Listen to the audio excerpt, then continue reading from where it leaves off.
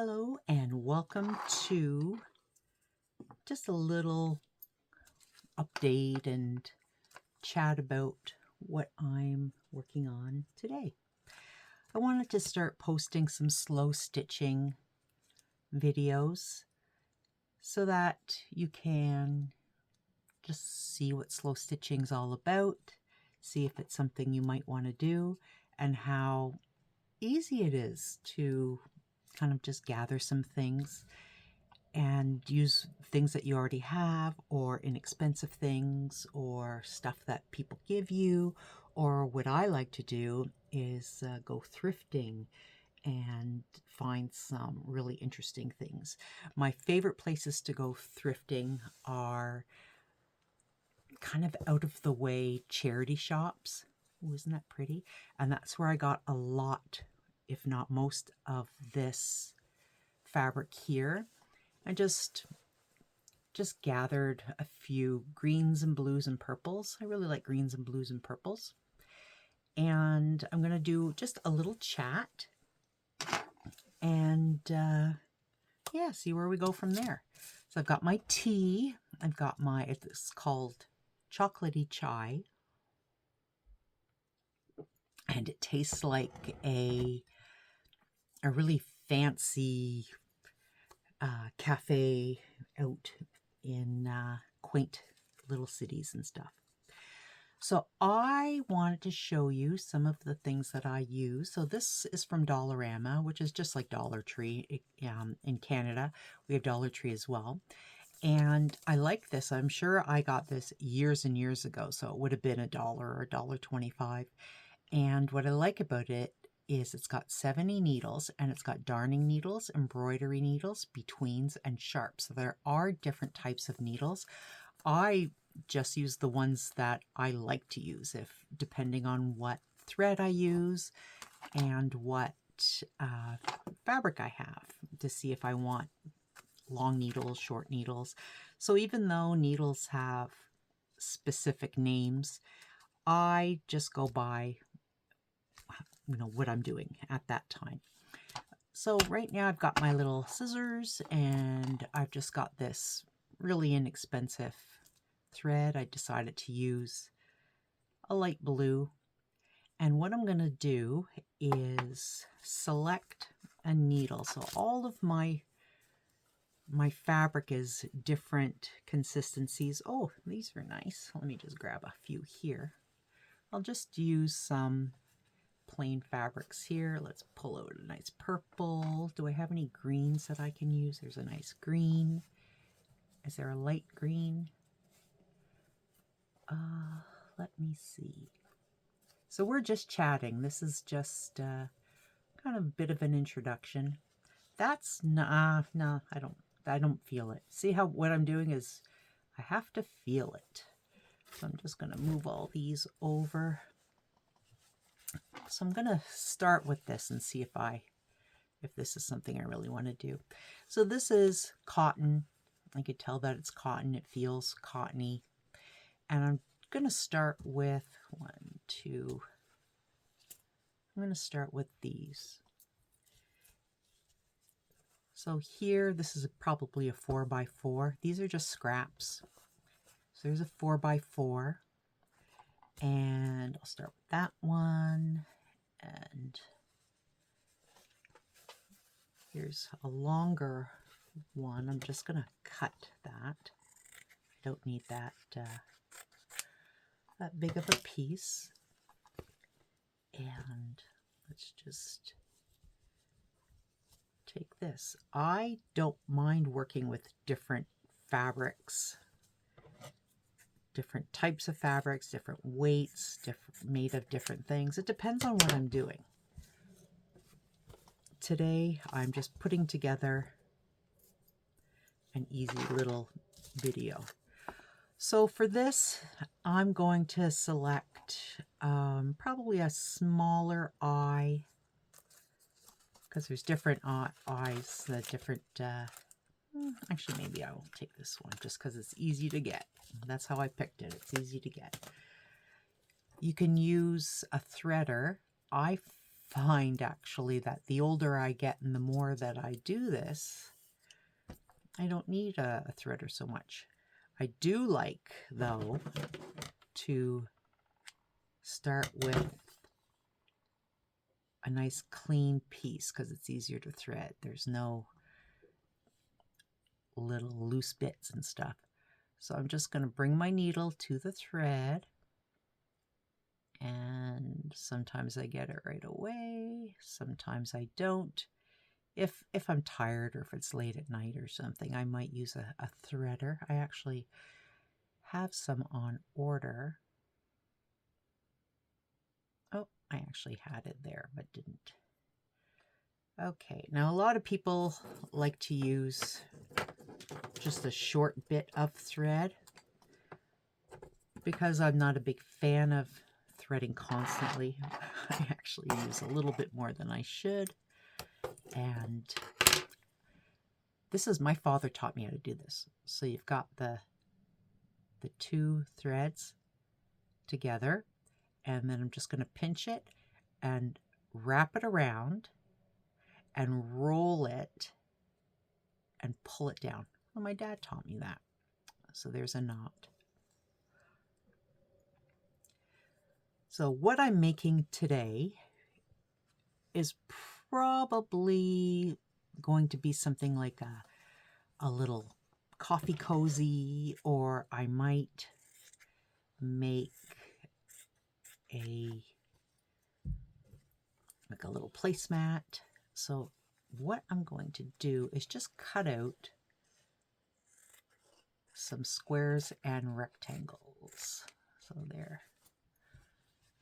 Let's make a more square shape here, a couple there, and let's do a larger rectangle. And slow stitching is about the process rather than the result. There's no mistakes. So I'm going to take a couple of pieces here. I'll take these two, and I do like them to line up a little bit so I don't have too much overhang. So I'm going to trim off. There we go. Just keep that aside. Nothing goes to waste. There's not a right or wrong side here, so I'm just going to put the two bits together and do a running stitch. So it's just in and out.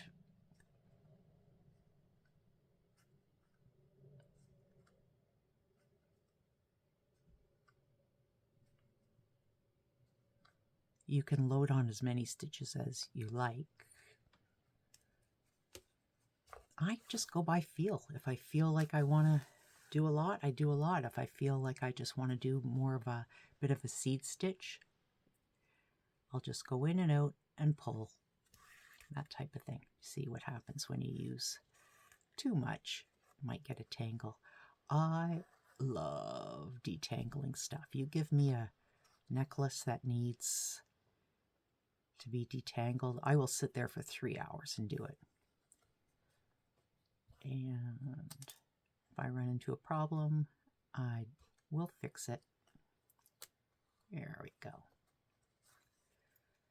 See, nothing's that uniform on this. I'm not following a pattern. I just picked out some material, fabric that I thought went together. I'm going to pull that through. And then to finish it off, I'm just going to do a back stitch. So here we did a running stitch going this way. A back stitch is where I go back. So instead of going forward, I go back.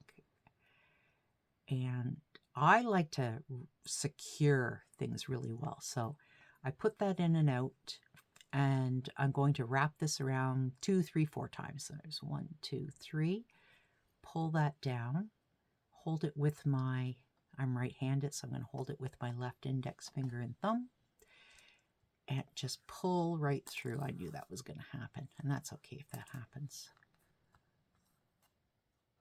I don't put anything to waste, so what I'll do is Here, if I don't feel like detangling, which usually I do, but for this instance, I'm not going to detangle, but I am going to put a bit of a knot, and I keep everything. So all of this extra thread or embroidery floss or yarn, whatever I'm using, will not go to waste. So I secured that, and I'm just going to give that a little clip and just save the rest, and then add another knot at the bottom.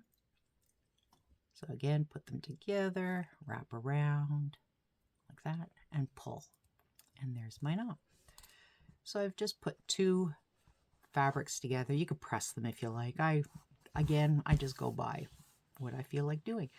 And all these little bits, I keep all those too. All right, so let's see. Let's pick another color. Okay, so I've got, where's that purple? We've got the dark blue, the light blue. Yeah, let's grab some purple. Oh, there's that green. All right. You see, this could use a press, but that's fine. So what I'm going to do is just, okay, that's pretty good. And I'm just going to make a longer cut. And then what I'm going to do is center it a little bit. And it's okay if there's a little bit extra, because as you sew along, sometimes it'll shrink a little bit. So that'll either disappear, or I can just cut it off a little bit. That's going to fit well. So I'm going to put the 2 right sides together. And because I'm using just, this type of fabric, doesn't matter which side I use.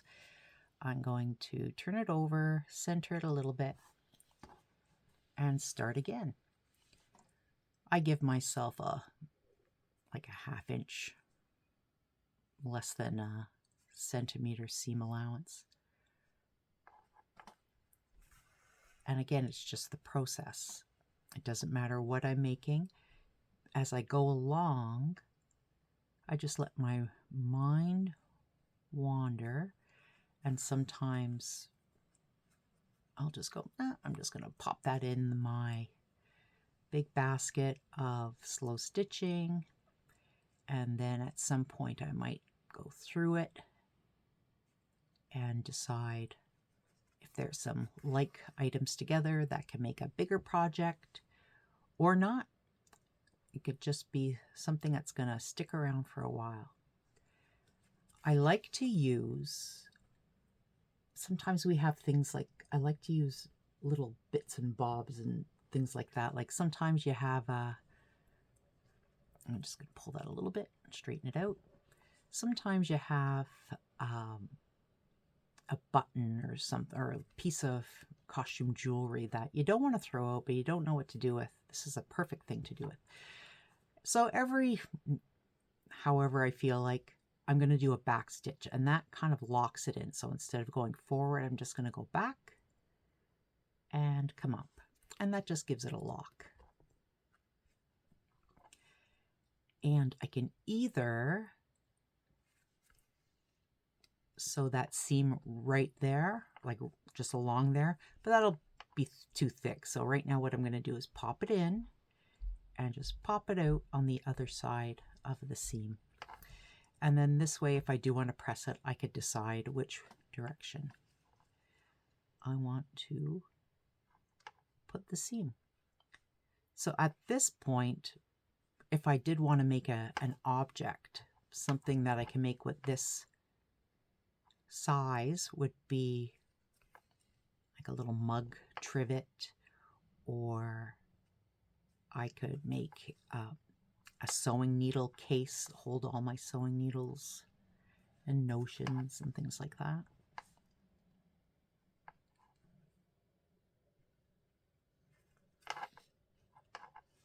But for now, this is just the first video to introduce you to slow stitching. And here I'm going to go in and up, and then I'm going to do that back stitch. And you can go like that. And I'll do the back stitch and up, and then wrap this around however many times. 1, 2, 1, 2, 3. Pull it down there. Hold it with my left hand. And then if I want, I can do another little pull through and anchor it. Clip that off. And then just open it up and press it out. So here, okay, what I'm going to do here now is I'm just going to spin it around, and let's see if I do something here. See, it's a little wonky. That's fine. I don't mind wonky. Something here. I don't want to do another purple. Maybe let's do that there. You just place it down where you think you want it to go. And there. Keep the little bits. And just put a little bit there. And again, I am going to want to go a little bit bigger than I need because I'm going to be having seam allowances. So I'll start there. And worst comes to worst and I'm too short, I just add another one. So I'm going to go like that. Look how wonky it is. That's fine. I don't mind wonky. I'm going to stay with the same color thread. And I'm going to take that out. Put that in my little bin. Get a length. Pull it through. Looks like I'll be able to thread that. If it's too frayed at the end, give it a little clip. See, I have almost 60-year-old eyes and I can still thread a needle. So this I'm going to do about 30 centimeters, 35 centimeters. Cut it. Join these at the end.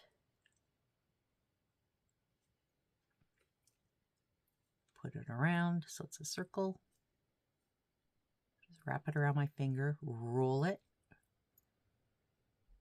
and pull it through. So my father taught me how to hand sew, which is funny, and my Uncle Peter taught me how to sew on a machine. So I'm just going to put those together like that.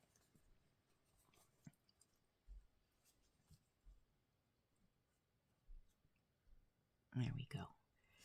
And my father taught me to hand sew, and it was, my mother wasn't around. I can't remember. I think she was probably, I was like 7 or something, and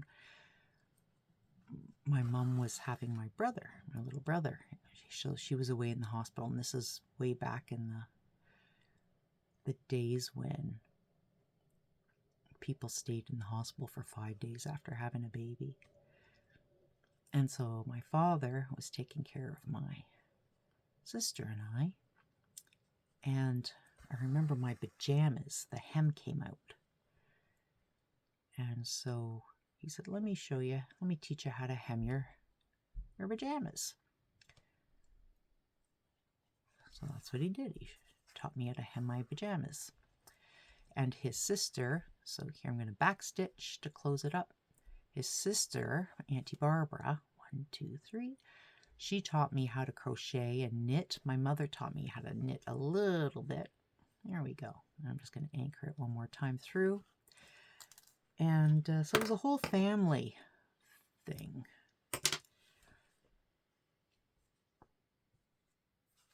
I think what I'll do is once we finish kind of putting these things together, I'll stop the video. There you go. And then what I'll do is I'll make another one fairly soon about what to do with this or what not to do with it. Do I want it this way or this way? This way. It's okay, but it's a little wonky because these are scraps. We didn't buy these anywhere. Or if I did there, I can't remember where I got these. I get things free, or I really like to go to search at thrift stores because as a zero waste artist, and I mean zero waste, I will find something to do with scraps. I mean, worst comes to worst, it's pillow filling.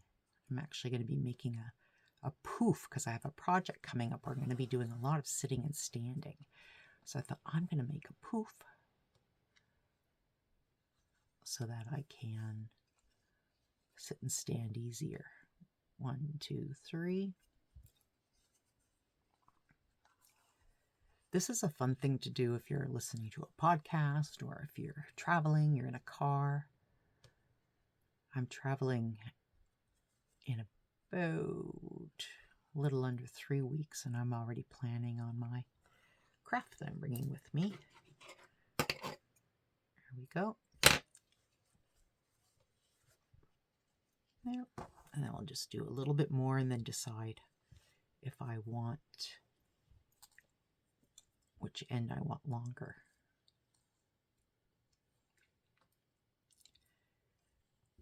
So lately my favorite stores to go to are up near Algonquin Park. There's a town called Maynooth. It's just above Bancroft. And there's a place there. I don't remember the name of the store, but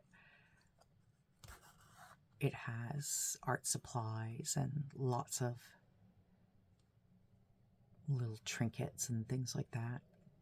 And these things end up in the landfill if nobody uses them. So by buying them in Maynooth, and then just west of Maynooth near Whitney, there's another place. I think it's called Outreach. And then there's 3 or 4 places in Bancroft that I like to go. 1, 2, 3. And there's 2 places in Haliburton. So when I'm up at the cabin, I do not have a shortage of inexpensive places to shop. So my money stays in the area. The items I buy stay out of the landfill. I get to teach you lovely people these things. And often my things will go into a gallery or be used in exhibits. So I think I'm going to do that. See, it looks kind of cute. So I'm going to go like this. And that's fine that that's a big overhang there. I put the right sides together. Let's see if I can make it to the end with this piece of thread. And when I'm in the city, I go to, see now here, I'm just going to poke right through to the other side. So this way I don't need to decide which way I'm going to press that. If I press it, I don't need to press it. If you've got something rather long, I'll just put a pin in one end. There we go. In the city, there are still some charity shops. There's like the Salvation Army. There's Value Village, which is a not-for-profit, so it's really a business, but I still like them because I'm diabetic and they do support diabetes research. And I go on Tuesdays when it's Seniors Day. All right, I'm going to run out of this. I'm going to stop here. So I'm going to back stitch, come back up, do it again. And then I'm just going to give that a little tie there and poke it through. There we go. Save my threads. And just finish this up here.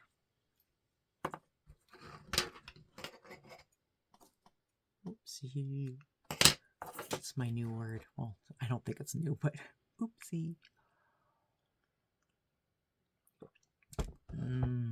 Chocolatey chai. We also have a Goodwill that, again, I will go on the Seniors Day, which I can't remember if it's the first or second Monday of the month, because I haven't actually gone there in a little while. For Seniors Day, they had a big 30% off thing. So I'm frugal. I'm not cheap. I'm frugal. And I will buy my supplies used. I always like to find something to use, if I can't find the tool that I want, I will make it from something else. I like doing that. Did I do that? There we go. So I'm just going to continue on. I'll just pop over to this side and continue on here. And I can just keep building and building and building and make, all of a sudden I have enough for a quilt top, so the top of a quilt. All right, poke through to the other side. Or I can make something smaller. Really pretty colors together. I can decide to add another color if I want.